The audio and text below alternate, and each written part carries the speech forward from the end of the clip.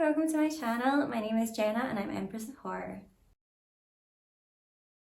So today I thought we'd change things up a bit and talk about two movies instead of just one. So I'm going to be talking about Silent Hill and Silent Hill Revelations. So I'm going to start off by talking about the first Silent Hill movie. This film was released in 2006 and was directed by Christoph Gans. This film is starring Radha Mitchell, Deborah Kara Unger and Sean Bean. So if you don't already know, Silent Hill is a film adaptation of the video game Silent Hill, which was released in 1999. This game really set the bar for other horror-inspired video games that were released at the time. Its success and popularity was what inspired Christoph Gans to write a script and approach the video game creators to ask for the rights to create a Silent Hill movie. However, the Silent Hill movie did not gain quite as much success as the video games did, and it only scored a 31% on Rotten Tomatoes. So the plot of this movie follows a young girl called Sharon who is adopted by a couple called Rose and Christopher De Silva. Sharon experiences really intense nightmares and sleepwalking and always calls out for a place called Silent Hill. So instead of doing what regular parents would do, which would be to take Sharon to a child psychiatrist, Rose decides, much to her husband's disapproval, to take Sharon on a road trip to go and find this Silent Hill town and see if that will solve all of her nightmares. Along their road trip, Rose is confronted by a very standoffish police officer who is very suspicious about the pair, and even though Rose has done nothing wrong, she decides to speed off from this cop and head towards Silent Hill, although her manic driving causes the car to crash and she passes out. Once she regains consciousness, she realises that Sharon is no longer in the car, and she begins frantically looking around Silent Hill for her, although it's not long before Rose realises the town of Silent Hill is far from normal. Okay, so we're just going to jump straight into the spoiler section of this film so I can talk about it a little bit more in depth. So if you haven't seen the movie and you don't want me to ruin it for you, go watch it and then come back. So first I'm going to talk about the parts of this movie that I enjoyed, of which there wasn't hundreds. But yeah, let's get into it. So obviously this film is a game adaptation, and I really do have to give the director props because you can tell that he cared a lot about keeping the film true to the game. There are a lot of aspects of this film that mirror the game so well. The imagery in this movie is so close to the video game's imagery, and you kind of have to appreciate the work that went into that. For example, the ashy, misty sky in the Silent Hill before the darkness comes, and then once the darkness does come, the industrial grittiness of it, it really is so similar to the video games. You can tell that a lot of attention to detail and care went into designing this movie. The monsters as well, they really do live up to the expectation. The creepy nurses in this film, I love seeing them. Their broken doll kind of robotic movements, they just looked great. Along with Pyramid Head, he's so scary and all of his scenes are so intense because he is just a force to be reckoned with. And also the other monsters that were in it too, like the guy with all of the skin, they were just great. They were really well designed and they were really creepy and scary. Obviously they are based on characters or monsters from the video games, but I did like to see them come to life in a movie. I also do love the town of Silent Hill, having Rose walking through this completely abandoned, dusty, spooky town. It's just so eerie and unnerving, and I really love the detail that went into all of the buildings. The artistry that went into creating all the visuals in this movie really are fantastic. So now we're going to get into the part that I didn't love about this film, and I'm sorry, but there's a lot. I have quite a few issues with this movie. One of the first things that really annoyed me about this film is the acting.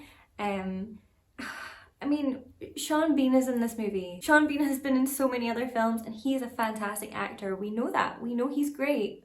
But I just kind of feel like this film is an example of how bad direction can make a really good actor seem terrible. A lot of this film felt like the actors had just been fed their lines. I don't know if that was just down to the way the director wanted them to deliver them, or the actors just didn't remember their stuff, but it was hard to watch at times. The police officer made me cringe so hard. I really didn't like her character. I actually thought she was a completely pointless character to have in this film anyway. She really didn't serve any purpose at all. You know, she appears at the beginning of the movie and she's there to kind of like help Rose through Silent Hill, although they get separated and she gets lost, before being captured and burned by witches, so I just failed to see the point in this character. Rose herself really annoyed me. If it wasn't for that god-awful scream of Sharon, Sharon, which, oh my god. Like, I know the little girl's name is Sharon and that she's looking for her, but oh my god, that scream, it was annoying. It also bugged me how Rose arrives at Silent Hill, she realises her daughter is missing and she ventures into this town to find her. And then the darkness comes and all these monsters appear and she doesn't question it. There's like not a second where she's like, oh my god, what's happening? Where am I? What is going on right now? She's just like, oh, okay, there's monsters here, I better just fight them off. Like, no questions asked. She just wasn't bothered, as if this was just like a regular thing. She just had no reaction. There are also a lot of issues with the plot, in my opinion. For example, the first one being, once Rose crashes her car in Silent Hill and she gets out, the cop appears and they're both like, oh, where are we? And then all of a sudden this monster just appears out of the fog. But the darkness hasn't came yet. It is still light outside. The monsters only come with the darkness, so why is this monster just walking around trying to attack them? The darkness isn't here, it's not his time. So why was he there? Also the part when Rose is looking for the school and she comes along this witch lady who turns out to be Alessa's mum, and she for some reason can just survive totally fine without having to hide out in the church when the darkness comes, or being attacked by monsters, or even being attacked by the people who live in the church, the cultists. I just would have thought that with the cultists being as quick to burn people as they seem to be in this movie, a prime target for them would be Alessa's mum, the woman who gave birth to the creator of the darkness. You just kind of maybe would have thought that she would be on their like list of people to burn, but they don't seem to bother with her, which is confusing. Another issue I had with this film was that all of Sean Bean's scenes when he's trying to find his wife, they are so boring. They just feel really forced and drawn out, and this film is already 2 hours long, so boring scenes really feel boring when you're watching this. So while doing some research about this film, I actually learned the reason why all of Sean Bean's scenes are so boring, and it is because predominantly this film was an almost entirely female cast, which the film producers didn't like.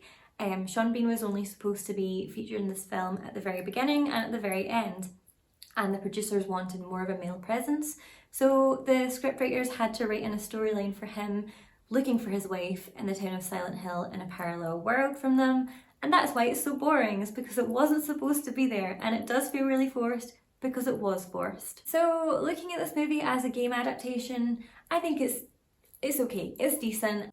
But looking at this film as a completely separate thing from the game on its own, it's not a great film. I wouldn't rush to see it again. I mean, I can appreciate it because I've played the game, but I kind of feel like game adaptation movies are not so great anyway. I don't really like Resident Evil, so... Okay, so now I want to talk about Silent Hill Revelations. So Revelations came out in 2012, 6 years after the release of the original Silent Hill. It was directed by M.G. Bassett and it scored a 10% on Rotten Tomatoes, and I'm not gonna lie, I'm surprised it got that high. This film was starring Adelaide Clemens, Kit Harington and Sean Bean, and I know what you're thinking, Kit Harington and Sean Bean, what? It must be great. No. So the plot of this film is confusing to say the least. I've read the blurb like 4 times, and I've seen this movie and I'm still not entirely sure what happens in it, but I'm gonna give it a go. This film follows Sharon, the little girl from the first Silent Hill movie, you know, the one who went missing. Well, it follows her and her dad, Christopher. Even though at the end of the first Silent Hill film, Sharon was stuck in a parallel dimension, somehow she's managed to escape and she is now with her dad again, and for some reason they're on the run. In an attempt to lure Sharon back to Silent Hill, demons come along and kidnap her dad while she's at school, and she and Kit Harington decide to head back to Silent Hill and try and save him. A lot of other stuff happens. I don't really know how relevant it is to the plot, but basically she ends up back in Silent Hill and there's monsters and stuff, so I'm now going to jump into the spoiler section of this film, so if you haven't seen it and you don't mind wasting an hour and a half of your life, go watch it and then come back. I suppose I should start off by talking about things that I liked. which is going to be hard because there really wasn't a lot. I'm sorry if you like this film, but again, like the first film, there are some nice imagery. The monsters again are good. We get some new monsters in this film, and have to say there was this weird creepy mannequin spider thing, and he was quite spooky. He was creepy. I liked him. We also get to see Pyramid Head again and the nurses, so that was great. So now on to issues I had with this film. Where do I start? Okay, so first off, Sharon really got to me in this movie.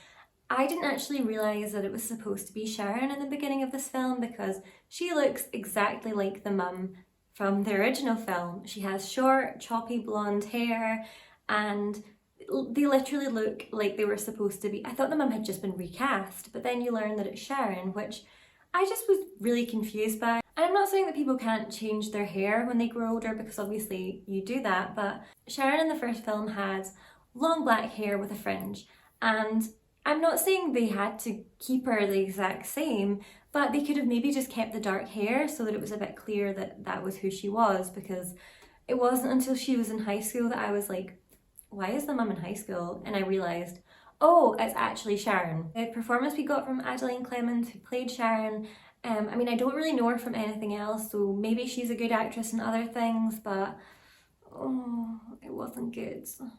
The script writing in general for this movie was just terrible. The dialogue was just awful. And the whole romance thing they had going on between her and Kit Harington, it was just cringy. I don't have another word but cringe. Kit Harington was all like, "You're amazing, I think you're great," and she was like, "No, stay away from me, I'm bad news."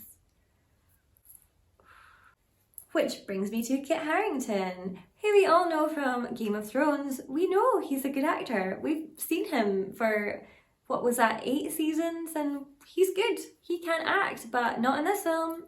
He has the worst American accent. Like, I don't even think he tried. And then we had Sean Bean, who again was playing the same character, Christopher, and he just looked like he didn't want to be there the entire film. I'm assuming he must have had some sort of contract deal from the first movie, because he literally looked like he could not be arsed. This movie in general for me was just a hot mess. Everything about it, like the storyline was just all over the place, the script writing was terrible, and the acting was just bad. The only thing that really worked for me was seeing the monsters and being back in the town of Silent Hill. The visuals again were good, but sadly they should have put a little bit more time into the script writing and the plot of this film, because... So that's kind of all I have to say about Silent Hill and Silent Hill Revelations. I am really sorry if you love these films and I have just completely shat all over them, but please keep in mind that this is just my own opinion and everyone's entitled to their own, so leave your thoughts in the comments. If you love these movies and you want to tell me how I'm so wrong, then tell me. Leave a comment, let me know. I think I'm going to give Silent Hill a 5 out of 10, and I'm going to give Revelations a 3 out of 10. I'm sorry, I know that's really harsh, but that's just how I feel. Anyway, I hope you enjoyed this video, and if you did, please like and subscribe. As usual, I'll leave my links to my other social medias in the description box below. Thank you so much for watching, and I'll see you guys very soon. Bye!